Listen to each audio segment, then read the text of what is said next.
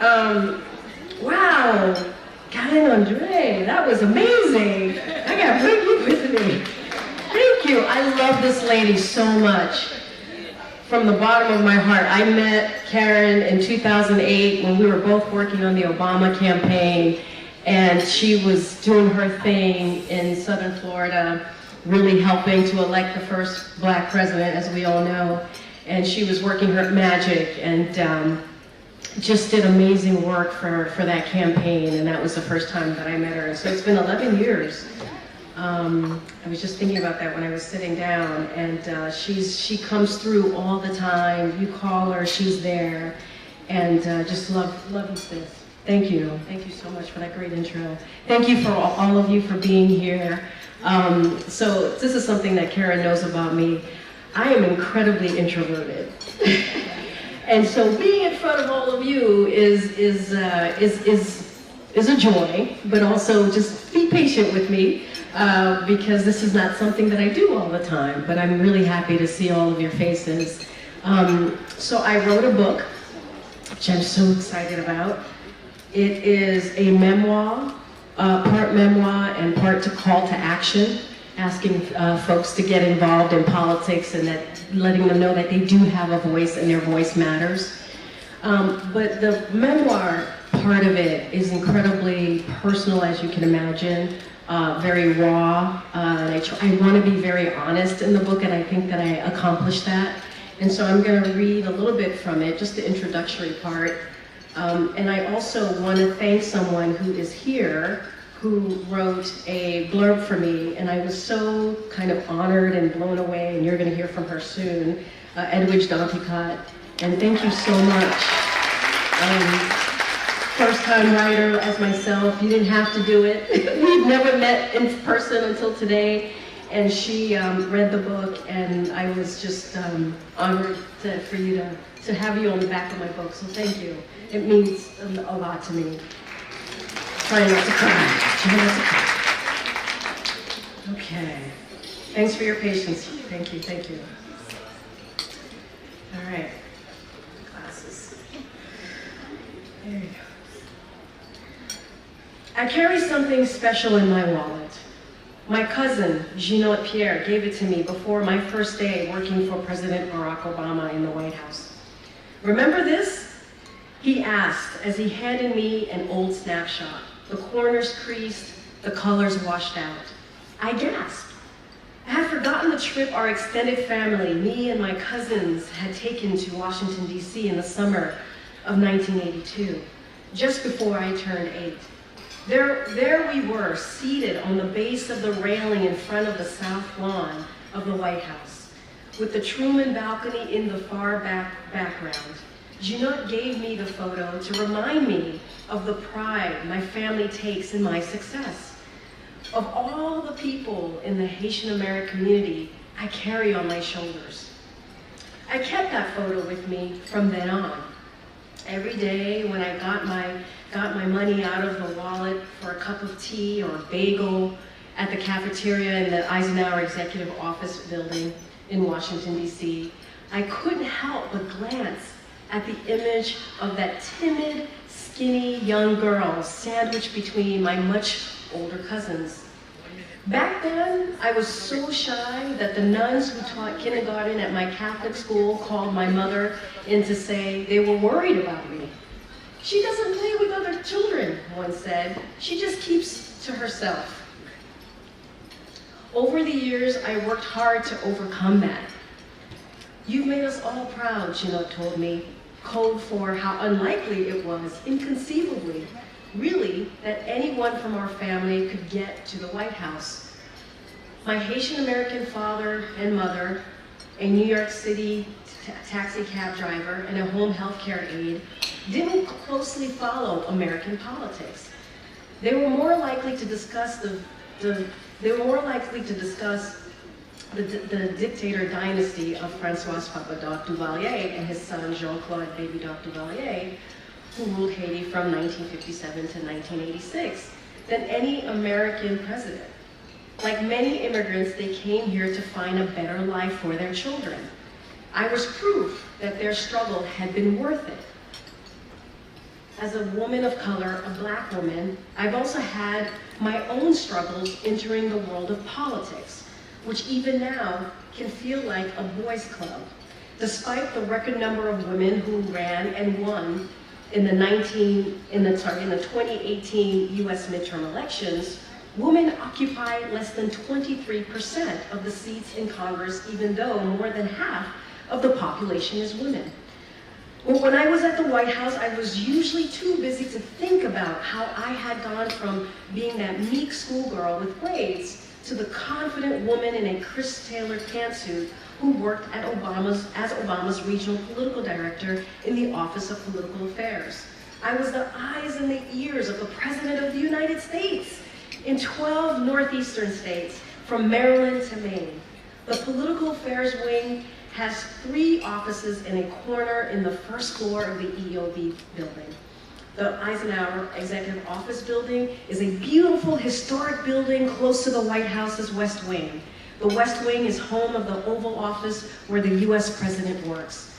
The first time I flashed my security clearance badge to the sharply dressed Marine standing guard at the double door entrance and walked into the West Wing, I remember looking around and thinking, this is so small. It looks so much bigger on TV. As a campaign operative for Senator John Edwards in 2007 and 2008, I binge watched the NBC 2006 TV series starring Martin Sheen as a fictional American president named Hosea Bartlett. Still, it's hard not to be awed. I also felt a constant sense of responsibility because I was a black woman working for the first black American president. When you work at the White House, whether it's for a Democrat or a Republican, you have to put in 12 to 15 hours workday or more. There's a reason why most people don't last a whole 4 years term, and under President Donald Trump, turnover among his staff has occurred at a historically high rate. It's an absolute joy, but it's also a heavy lift. I like to get there between 7 a.m. and 7:30 a.m. to prepare for our first meeting at 9 o'clock, and I rarely left before 9 p.m. I would go home to my furnished basement apartment in a semi-sketchy part of town in Northeast Washington. I had taken a pay cut to work at the White House. My place was cold, dark, and dreary, but I knew I didn't need more than a place to crash. A good night's sleep was never a given. There were plenty of times that my boss emailed me at 1, 2 a.m. expecting me to get back to him ASAP, and I did. In those days, I walked around with a BlackBerry phone, the preferred device for politicals, for White House work in one hand, and in the other hand, another BlackBerry issued by the Democratic National Committee, DNC, for political work. Taxpayers did not pay for President Obama to fundraise or other political events, so having different phones for different purposes kept us honest and out of trouble. Because I was so intent on doing things the right way, I even carried a third phone, a personal one, in my pants pocket for calls and emails from my family and friends. This was not a requirement. I just wanted to be extra mindful. The stakes were too high to make a mistake. The pressure was high, but I was proud of my role and wouldn't hide it. When phone number 3 rang, which is the personal phone, I would tell the person on the other end that I had just gotten off of Air Force One with the president, or I was just about to take a trip with the vice president on Air Force Two. They would say, Karine, listen to you. You don't even realize how cool your job is. Man, I was so tired.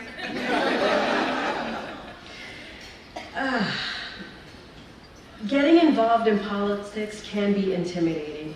If you weren't participating in Debate Club or Young Democrats of America or Model United Nations by the time you finished high school, I know it can feel like you have no chance in politics. That's why I'm writing this book.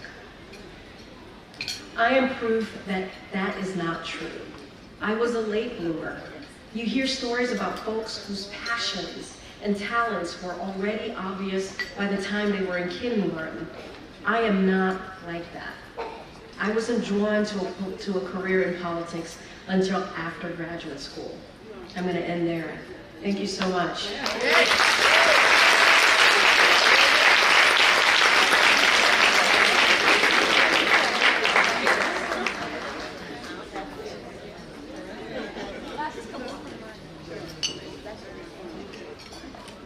Do I look shorter? The heels came off. No more talon kikit. So here's what we're gonna do. I'm going to walk around Oprah style, right?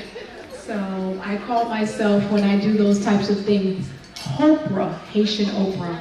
Oprah, thank you, speak it into existence.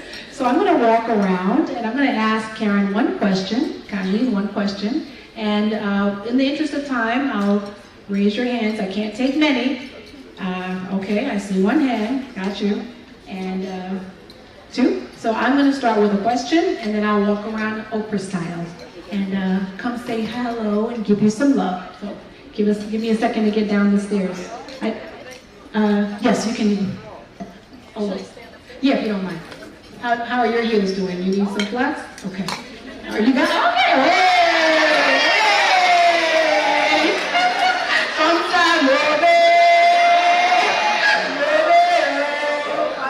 My mom's the singer in the family, sorry.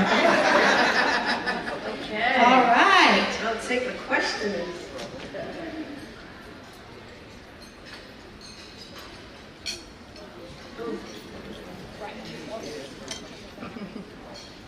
All right, ladies, let's set some ground rules here. So what we're not going to do is do a 2-minute lead up to your question, right? So please don't tell her how your grandma's auntie did her hair back in the day, and how you're from Okap and her mom is from Okap and they went to school together, Lalo. All right? If you have a question, go straight to the point. Okay? All right, thank you. Excuse me, Effie, that's it. All right, thank you. So I don't want to give you my back, so I'll stand here. All right, Karine, so fellow Politico here. That was, first of all, thank you for being here. Oh, thank you. All right, and thank you for sharing.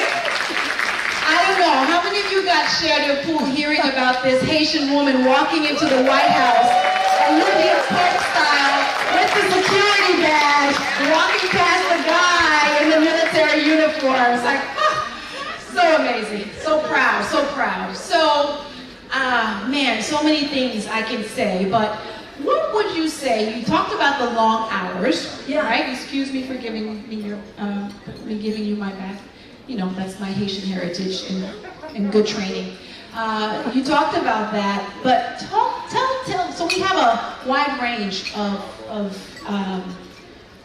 ladies here, but for those who are rising in their careers that either might have political aspirations, and really, wherever you go in whatever industry, you're going to have to prove yourself. So talk about the hallmark qualities that you have to bring to the table, particularly as a Black woman, to rise above the boys club, because there's a boys club in everything. There's law, there's one in politics, and no offense to the men in the room, but there is a boys club.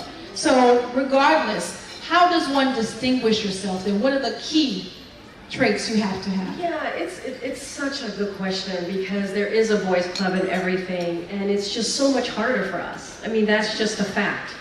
It is so much harder for Black women, so much harder for women of color, so much harder for women. And the thing that I've learned, I actually just wrote an article about this recently for NBC. It came out last week. And for a long time, and they still do it to this day, when I would be on TV, I felt like I needed to list out my resume right then and there, and just say, oh, I worked on 4 presidentials, I worked in the White House, on and on and on. And a lot of it is because, first of all, I look young. I think that's another thing that we have to deal with, is looking young, woman, being a woman of color. Because Black don't crack. Because Black don't crack. But honestly, this Haitian doesn't crack either. Sorry. Right, Haitian don't crack, Black don't crack. So it was, in my career, it was just constant working those long hours, right? It was constantly, being there longer than everybody else. It was constantly having a longer resume than everybody else. And that's just, I mean, that is just the reality that we're in. And hoping and working and being out there that, you know, one day you will break through that glass ceiling that is so high and so thick and so difficult to break through. And I still go through it now. I mean, I have successes and I'm very proud of it. A lot of my success is based in my parents giving me the foundation and letting me know Haitian parents don't play, they don't play. And letting me know that I am beautiful, right? When I used to be made fun of for being dark skin growing up, let me know that I am smarter than the people who tell me that I won't add up to anything, and that happens.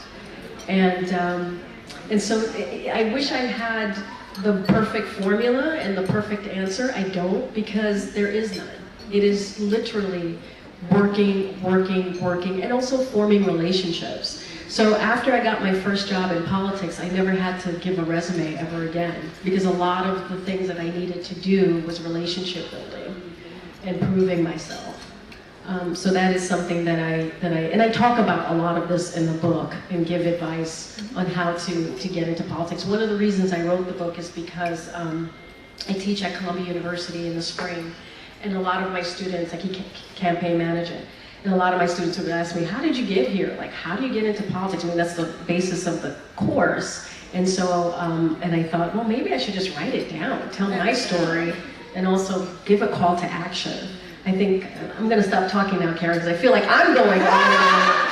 We'd love to hear you share. It's fine, but I think we got it. Yeah. And we have another question, and we actually have a remote question. It's a burning question from a remote, but I'm going to let this lovely young lady with this beautiful dress stand, say your name, and state your question without all the preface, okay? And go. Christina Bonane, my questions. Christina Goodyear? Love it. My question to you is, what is your source of strength when the comments, the questions, the demeaning questions, the looks of why are you here, you're not supposed to be here, and then those, whether it's external from the boys club or from your family or from your friends, you know, how dare you aspire, whether they try to do it in a way that's subversive or not. What's your source of strength when that happens? What do you pull from to get through that and to continue to move forward? That's such a good question, especially with social media nowadays. Things are nasty. Honestly, my faith is a big resource. My faith, my belief, and honestly, and I mentioned this already, my parents. I gotta tell you, Haitian parents, God love them. Seriously.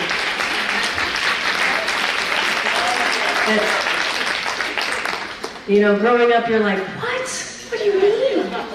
I can't go to people's house to play. I can't go to a mall with my friends. Sáquenle sleepovers. I want to go. Friends can't come over. I mean, I can go on and on. I'm like, what is this? We're not in Haiti. We're in America. I just want to blend in. What? I gotta take care of my brother and my sisters and cook their food. What? But it's a lot. It's a lot. But it's you know. I have a ritual with my mom that I call her every morning, and she checks in, and she kind of says the same thing to me every morning, which how proud she is of me, and it kind of brings me back to my younger days of when I would come home crying for whatever reason, whatever I was being teased of, and she would always tell me, you know, you can do whatever it is that you want to do. You can be whoever you want to be. And I just got it constantly. And it was that foundation that even now as a grown adult with a 5-year-old daughter in my own family, like I instill that in my daughter. You know, that upbringing, that love that I got. And that is truly, truly what helps me get through some tough times. So Haitian parents, love them dearly. My faith, Haitian parents, and just the love that I get from my community and my friends. Thank you. Karine, I forgot to mention your exceptional skills at being a bouncer. Oh! For those of you who remember her blocking that guy on the stage that was trying to get to Kamala Harris. Again, a Haitian woman can't stop us. Don't try. Just get out of the way. You're gonna lose. I think that's gonna be like on my tombstone. It is. Literally. It is. But you told me a hilarious story of how your mom heard about that moment. You wanted to tell that while I get the next question. Yes. So I called my siblings. I have a younger brother, a younger sister, and I think my sister texted me. She's like, "Are you okay?" And I said, "I'm fine." And then I said, and I think I called my brother after that because she texted me. I called my brother. I was like, "Okay, what am I going to tell Mommy?" And he's like, "Oh, I don't know." He's like, and so we were like 16, teenagers again. And we said, okay, let's not tell her because she's gonna just be really worried if we tell her, so let's just not tell her. Bad idea. It was a bad idea. And I said, okay, Chris, that's a good idea. Let's just not tell her. Let's pretend it never happened. She'll never know about it because my mom actually doesn't watch cable news. I don't think my mom has actually seen me on TV. I think, we've seen clips, she'll show her clips on the phone, but she's never actually seen me. She hears it from other people, so I'm like, she's never gonna find out. And this experience that happened goes viral. I don't know how many of you guys saw this. Everybody. I'm still in denial. But it goes viral to a point where it's playing in the local stations, right, across the country, and it was just wild and crazy. I was not expecting that. And then one day, my mom calls me, maybe 4 days later, and she goes, Karine, I just went to the bank. And somebody at the bank told me that you stepped in front of somebody, Senator Kamala, what? I didn't know what they were talking about. I can't do her accent at all, but you guys get it. I can do it for you. Karine! Yeah, please, thank you. Come on, in the interest of time. Yeah, no, but that's it. Anyway, so she goes, so tell me about what happened. And I tell her, and she goes, that's my girl. She's like, yes, you go girl. She's like, you go girl, yes. You go girl. She's exactly, you go girl. She's like, yes. I'm like, what? And she's like, that is how I raised you. And she was so proud. And I called my brother later, and I said, guess what, Chris, Mommy knows. And he's like, oh my God, what did she say? I was like, completely opposite of what we thought. She was proud and happy. Anyway, she was proud and happy, and said that's exactly what she had expected and anticipated me to do if that, with that in that scenario.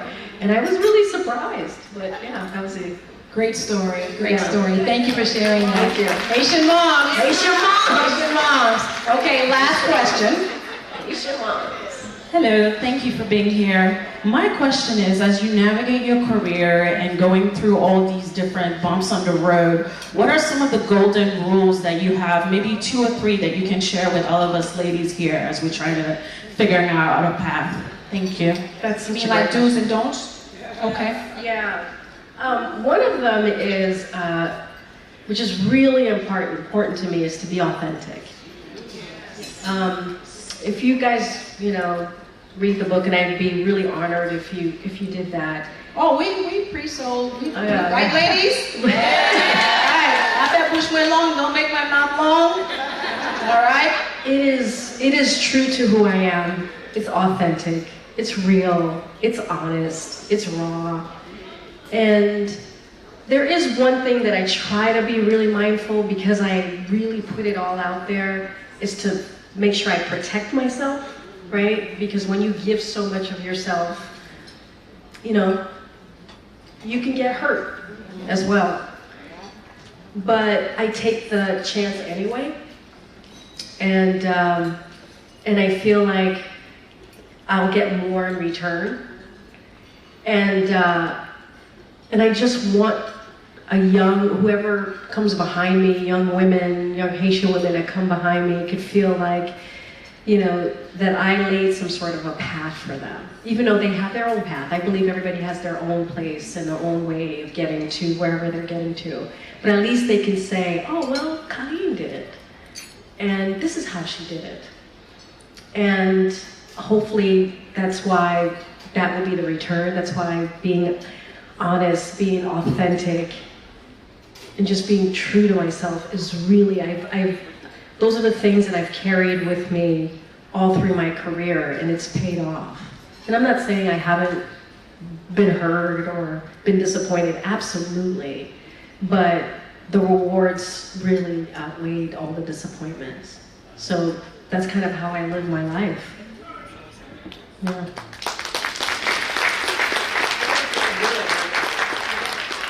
Can I take a picture of all of you guys? And a video? This is so beautiful. If only you guys could see what I'm singing right now. Haitian Ladies Weekend. All right. Thank you, Nadine. Oh, also, Nadine, thank you. Thank you for all. This is all the love to Nadine. Okay, here we go, y'all. Here we go.